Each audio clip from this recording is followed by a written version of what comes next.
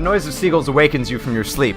You dreamed of home and the reason you made this journey. Through half-open eyes, you look around your cabin. It is modestly furnished, but has everything you need. To your left is a desk sprawled with maps, notes, and dusty tomes. Behind the desk, the morning light blasts through the window. The sky is blue, and there is not a cloud to be seen. Today should be plain sailing, you think, ignoring the obvious foreshadowing. Oh, wait. A heavy knock at the cabin door clears the last of sleep from your mind.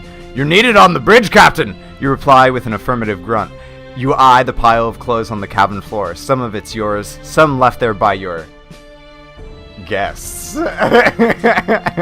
Alright, decision number 1, ladies and gentlemen. Decision number 1. So either you decide to put on a sensible cotton shirt with your favorite brown trousers, or you decide to put on a leather corset, tight breeches, and those fierce boots with the tall metal heel. Obviously the corset. Okay, alright, so Lil Red Bunny decides to put on a leather corset, tight breeches, and those fierce boots with the tall metal heel. Here's the result of that decision. You take some time pulling on the outfit, and take one last look at yourself in the mirror. You are both intimidating and alluring. You have a spring in your step as you leave the cabin and make your way to the bridge. The crew hear the click-clack of your boots approach and make way for you to pass. Darn, it feels good to be the boss. You take glee in striding up to the bridge as you feel dozens of eyes follow your every move. A group of senior officers surrounds the helm, bowing slightly as you draw near. You notice the glint of desire in the eyes of more than one of them. From behind the group, you hear the clanging of brass on brass and notice the bobbing head of First Mate Pubert making his way through the group. Various brass and glass instruments slung around his neck and a hefty log book in his puny arms. This is Pubert talking. Sir, ma'am, oh wait, I should do Pubert's voice. Sir, ma'am, Captain! He stutters as he almost falls at your feet. Today is the day! The spring equinox! When the day is as long as the night! Okay, so here are your choices, okay? You decide, I think it's to thank him in a proper fashion with a nod and a handshake, or you decide to thank him in a more personal way. So listen, Pubert IRL would have to do a lot more to get a personal thank you, but as it will be more interesting, let's get personal. Alright. A more personal thank you. You grab Pubert by his shoulders and draw him in for a kiss. This is a moment to celebrate, to be celebrated. This is by no means the first time you have kissed Pubert, but never before so publicly. In private, he is a confident, almost ferocious lover. Here on the deck, he turns beet red at your touch and seems to lose the power of speech. You can tell from his eyes that he has something to say, but his rose-colored lips do not cooperate. As he simply smiles and blushes, you get the feeling that maybe you made the wrong decision. Thundercrack noises. Crack! An almighty crash of thunder takes you by surprise. You turn to the starboard horizon to see that the once serene blue skies of this spring morning now contain a tempest of unseen proportions. Who could have predicted such a dramatic turn of events? Your crew start to panic as the storm gathered on the horizon seems to grow and darken the sky. Now is the time for decisive action. You order your crew to sail straight at the storm, or you order your crew to sail away from the storm. The choice is yours, Crystal. The choice is yours. Do you want to sail straight into the storm, or do you want to run away from the storm and be safe? It's up to you. Let's hit the storm. Oh, dang. You order the crew to sail straight at the storm. You take a moment to gather your nerve. Hoist the mainsail! Heave-ho! You yell over the cacophony of the gathering wind. You grab the ship's wheel, and with all the effort you can muster, you bring the Panty Raider round to face the tempest. With each moment that passes, the sky darkens, and soon, you and your vessel are enveloped in the mist and spray of the worst storm you have ever experienced. A yell of terror, a scream from the stern breaks your focus, a guttural noise that can only mean one thing: abject fear. You are responsible for every soul on the ship, and you know it is your duty to help. Without thinking, you hand the wheel to a strong sailor and make your way up the wet, slippery steps of the stern. Through the mist, you can see the source of the scream, a solitary sailor holding onto a rail for dear life, gaze locked at the waves beneath. As you draw closer, you see his face, so pale it glows like a lantern, and eyes wide as sails at full speed. Part of you knows what to expect as you approach the edge. This is what the legend tells will happen on this day. It has been your life's work to get here, but each step towards the rail feels like a mile you dare not walk. With trepidation, you draw alongside the sailor. You can make out who it is, one of the oldest sailors on board, a man known for bravery, a man who has seen everything the sea has to offer and has spat in its eye. He jolts as you take him by the arm. It takes him a moment, but he recognizes you. Without words, you point towards the hatch, ordering him to the relative safety of below decks. Alone now, you grip the rail and peer your head over the edge. It is so dark now that you can barely see the waves below. A blast of water makes you flinch. In that moment, you see it. At first, it just looks like a dolphin, or maybe a shark, but then the shape becomes unmistakable. A giant tentacle, dark in color, with purples and blues, reds and greens. Then another, suckers reaching up towards the ship, towards you. Here's your decision, Waiter Frick.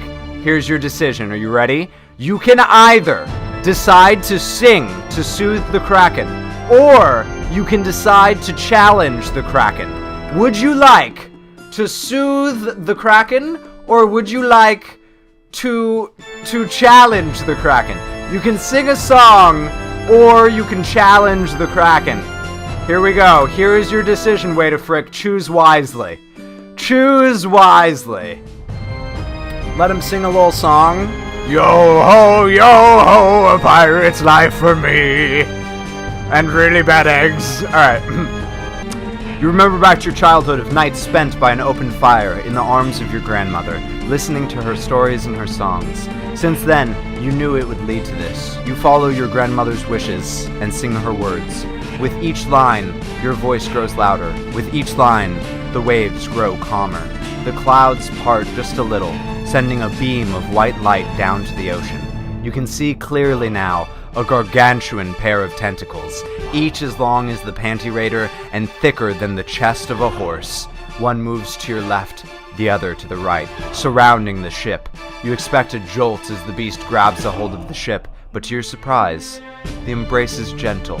The ship is lifted and guided away from the worst of the currents. With one push, the magnificent beast releases you, freeing you from the embrace of the storm. Act 2. The storm seems to dissipate just as quickly as it arrived. The crew emerge from their hiding places, gradually and with great caution. The few sailors that meet your eye nod in gratitude for your decisive leadership. It seems like no one has been hurt badly, and the ship, though rougher than she looked this morning, is still afloat. The telltale clank of Pubert and his instruments draws your attention. He's excitedly pointing toward the front of the ship. You turn on your heel to look. Rising out of the waves is an island. Golden sands turn gently into rocky hills, and beyond that a mountain shaped like an enormous conch shell. This is the place, without a doubt. This is Vernal Island, a place of legend, a place of power. This is the place you have been searching for. It takes less than an hour for you to prepare for your expedition onto the island. You dry your clothes and pack some supplies. While you do this, the crew have dropped anchor in a cove on the south of the island.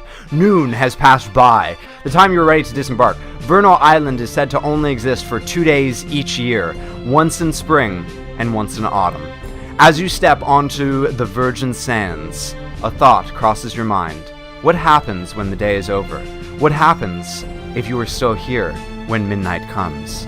You turn to the crew. You cannot ask them to come any further. Each of them has risked so much just getting you here. But that was the easy part. You leave Pubert in charge, with instructions to wait in the cove until nightfall. If you are not back by then, they will sail home without you. Moving inland, you climb a rocky ridge to get a better view of the island. To your south lies the sandy beach and the anchored Panty Raider. To the north is a great conch-shaped mountain. There is no obvious path from this side of the island. This face of the mountain is much too steep to climb. You look around for a route and see two options. To the east you see a swampy marsh. The land there is flat, but the wet land will be difficult to traverse. To the west you see a forest, thick with vines and thick brush. You wonder if you can hack a path through. Choice number 5. You decide to head east into the wetlands, or you decide to head west into the jungle. The choice is yours, Kirby. Make your decision, my friend. Into the swamp with the heels on. Alright, swamp with heels it is. Let's see the results of your decision. You begin to trek toward the swamp. Your progress is slow, and your right boot comes loose on 2 separate occasions. Using the mountain peak to keep your bearings, you struggle through. At one point, you rest briefly on a boulder, allowing you to hydrate and retie your boots. As you place your water flask back into the pack, you hear a rustling noise ahead of you. You stop moving, statue still, and listen out.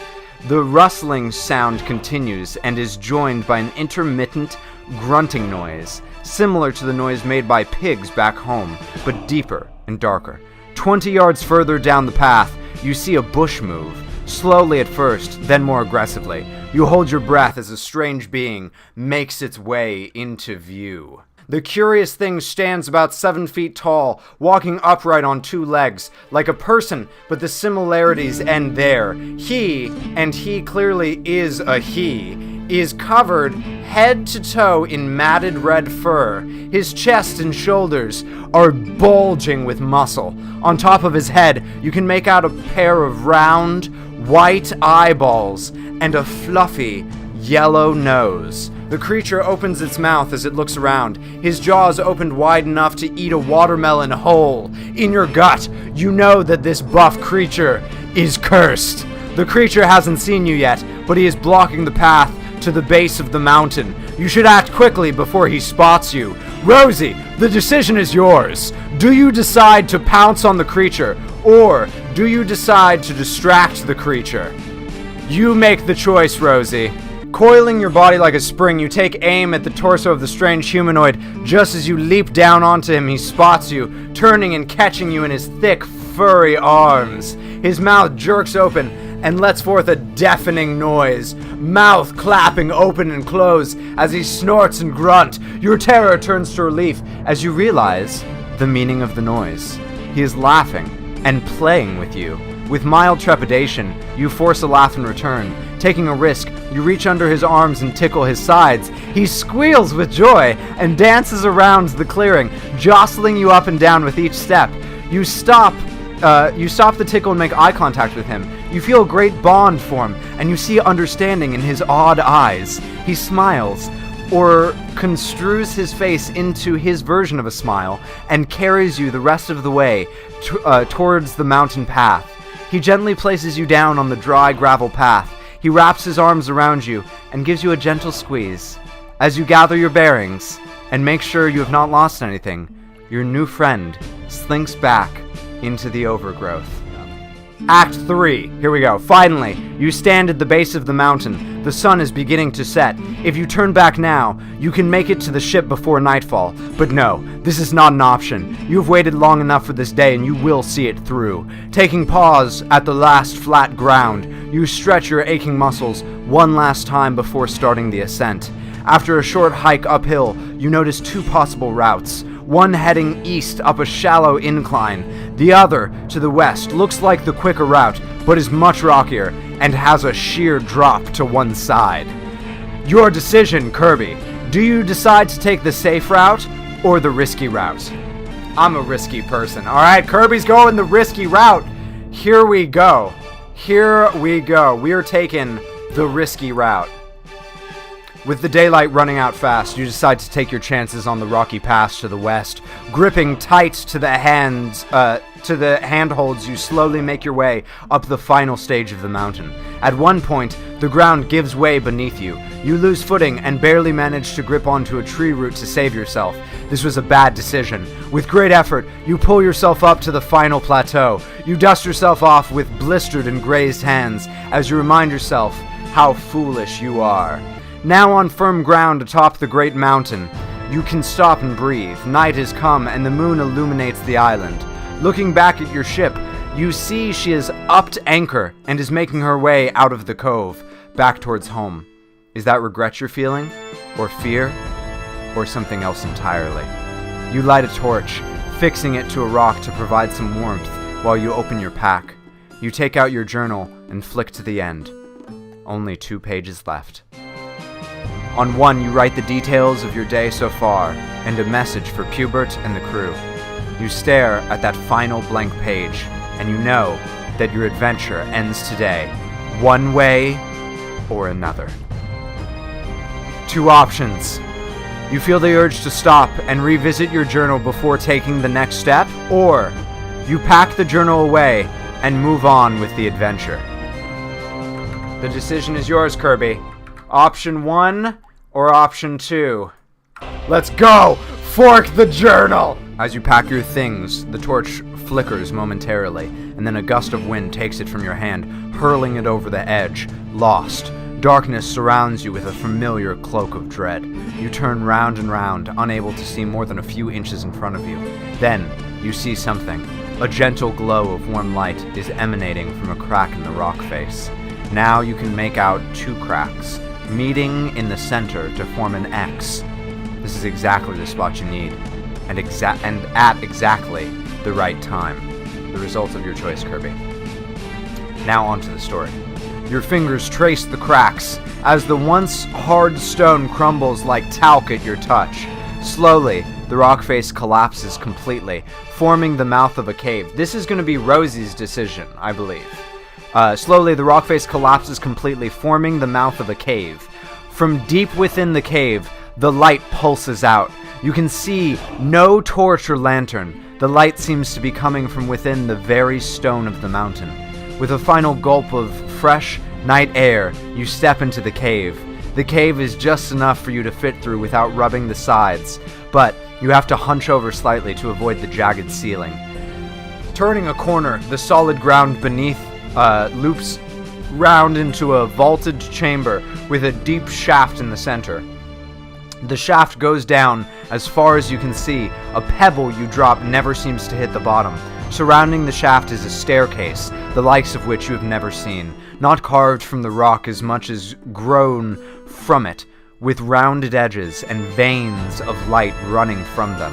The whole place, with the pulsating red lights and soft, organic edges, is oddly comforting, like returning to the womb. 2 options, Rosie.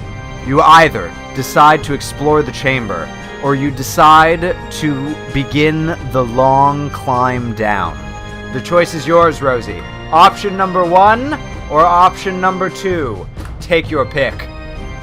Do you want to side quest, or do you want to barricade through the story? Barricade? That's not the right word. Barrel through the story. You circle the chamber, running your hands across the warm stone. You're sure you feel a pulse, as if the mountain is alive. As you reach the opposite side of the cavern, something shiny and bright catches your eye. Something silver, part buried in the dust of the floor. Picking it up, you realize it is a locket. You blow the remaining dust from it. The pictures inside are faded beyond recognition, but you feel a deep sense of home when you hold it. Comforted by this find, you take the first of many steps toward whatever lies below. At last you can see the end of the stairs, coming to rest in a round, bubble-shaped space. The light isn't red here, nor is it as bright, more of a deep blue. It takes some time for your eyes to adjust to the relative darkness. Looking around you, you can see another narrow passage, sloped slightly down and winding away from you. With nothing else to see here, you decide to follow the passage. You climb bumps and slide down slopes, but eventually it begins to open wider. The walls here are wet, and the ceiling is the ocean. You reach up to touch what must be glass, but your fingers pass straight into the warm ocean water. A school of tiny yellow-colored fish are startled by the sudden sight of your fingers and splinter into nothingness. You are aghast at what you are seeing. This cannot be real. But before you can begin to fathom what is occurring, a voice cries out. With a dramatic gasp, you look to see a person, no, a being of ungodly beauty. They are roughly the size and shape of a human, but far from it. Red silken hair flows from their head, cascading around a perfectly symmetrical face. Eyes of pure sapphire blue meet yours. The creature reaches out with a hand. Their hands and arms are almost human, but slimmer and covered in iridescent scales.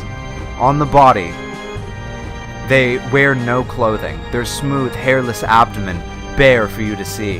The figure has no breasts, but where there would be is an intricate tattoo of a tentacled creature. Below the waist, what you first mistook for a flowing skirt is in fact a tail. Sultry Elvira voice. Welcome back, brave one. I've been watching you for a long, long time. My name is Fate, and you are here for me. Their voice is like the warm breeze of summer. As they extend their delicate hand, you seem to lose control. Your own hand raises to meet theirs. Alright, you have two options here. You decide to trust fate and follow willingly. You try to resist their charms. Two options. Two options. The choice is yours, Jimmy. Do you decide to trust the fate and follow willingly, or do you try to resist their charms? Jimmy, make your decision. If fate personifies itself and comes to me as a being, I'm going willingly. I've been a member. So you decide to trust the fate and follow willingly. You find yourself on a soft bed with fate's hand caressing your chest. You don't remember moving here, but you are filled with overwhelming satisfaction. Fate speaks softly into your ear, their lips gently touching your earlobe as they do so. Sultry Elvira voice. I know what you seek, mortal, and you can have it. All I ask in return is one moment of pleasure. Their mouth lingering at your neck as they wait for your reply. Two options. This is for you. This is for you, Kirby. You decide to refuse, go to endgame refusal, or you decide to consent, go to endgame consent. These are your options, Kirby. What is your choice? Do you consent or do you refuse? I consent. Alright, Kirby's consenting. Here we go. Endgame consent. You turn to kiss fate, your lips meeting in a moment of bliss. I'm running it back. Okay. Your lips meeting in a moment of bliss. Their slender yet powerful arms wrap around you. Your thoughts are lost as you submit to shared pleasure. The world becomes the two of you, and the two of you become the world. Hours, maybe days pass as you explore each other's bodies. You are no longer the same person that stepped foot on the island. You are more than stronger. You are more than stronger, fiercer, sexier. You awaken, still in fate's embrace. You admire their face as they slowly join you in the light of day. They smile, their black teeth shining. Thank you, they say with genuine tenderness. And now, for what you came for. You trusted me. Now I shall trust you. They take you by the arm and lead you out of the bedchamber. In the next room, there is an altar with a crystal heart laid upon it. This stone contains all my power. All the powers of the ocean live within it. Do with it as you will. Fate steps away and gestures to the gemstone heart. You lift it from its cushion on the altar. You feel the power in your hands. You can sense all at once every tragedy that this object and fate has caused. You can hear the cries of lost souls and smell the fire and tar of burning ships. Dramatic final decision time. Here we go.